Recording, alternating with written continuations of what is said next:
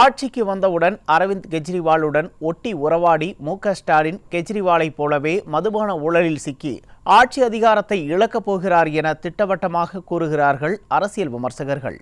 என்ன நடக்கிறது? இந்த செய்தி தொகுப்பில் பார்க்கலாம். தமிழக அரசியல் வரலாற்றில் முன் எப்போதும் நடக்காத அவலம், அசிங்கம் கடந்த 3 நாட்களாக நடந்து கொண்டிருக்கிறது. தமிழக அரசுக்கு சொந்தமான டாஸ்மாக் நிறுவனத்தில் அமலாக்கத்துறை சோதனை நடத்தி கொண்டிருக்கிறது. இந்த வெட்கக்கேடு குறித்து ஆட்சியாளர்கள் வாய் திறக்கவில்லை. அடாவடியாக பாட்டிலுக்கு 10 வாங்கியவர்கள் அது போதாது என்று மிகப்பெரிய ஊழலை செய்திருக்கிறார்கள் என தகவல் வெளியாகியுள்ளது. பல தாய் குளங்களின் கண்ணீரில் கஜானாவை நிரப்பியவர்கள் கையும் களவுமாக சிக்கியுள்ளதாக தகவல் வருகிறது. தமிழக அரசியலில் பெரும் மாற்றத்தை உருவாக்கப் போகும் இந்த மதுபான ஊழல் குறித்து தெரிந்து கொள்வதற்கு முன் டெல்லியிலும் தெலங்கானாவிலும் என்ன நடந்தது என்பதை பார்ப்போம். டெல்லி மதுபான கொள்முதலில் கலால் வரி முறைகேடு நடைபெற்றதாக தொடரப்பட்ட வழக்கில் 2 அரசியல் கட்சிகள் அதிகாரத்தை இழந்தன. அரவிந்த் கெஜ்ரிவால் சிறைக்கு சென்று ஆட்சி அதிகாரத்தை இழந்தார்.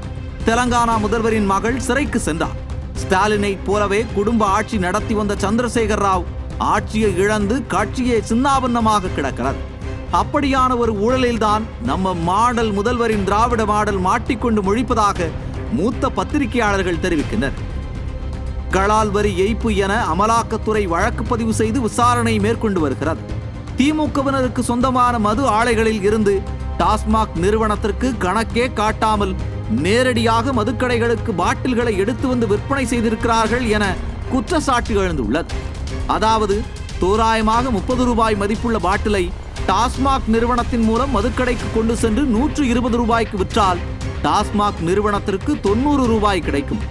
அதையே டாஸ்மாக் நிறுவனத்திற்கு தெரியாமல் நேரடியாக கொண்டு சென்று மதுக்கடையில் விற்றால் அந்த லாபம் திராவிட மாடலுக்கு கிடைக்கும். இதில் கூடுதலாக 10 ரூபாய் வேறு வாங்குகிறார்கள். இப்படியான ஒரு ஊழல் குற்றச்சாட்டில்தான் திராவிட மாடல் சிக்கியுள்ளது.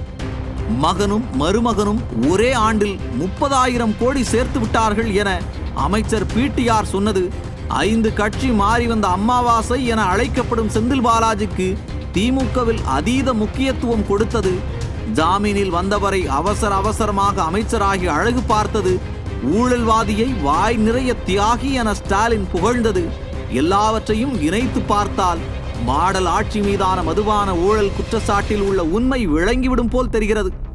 தொட்டுப்பார் சீண்டிப்பார் என வீரவசனம் பேசியவர் இப்போது ஏன் வாய்மூடி மௌனமாக இருக்கிறார்?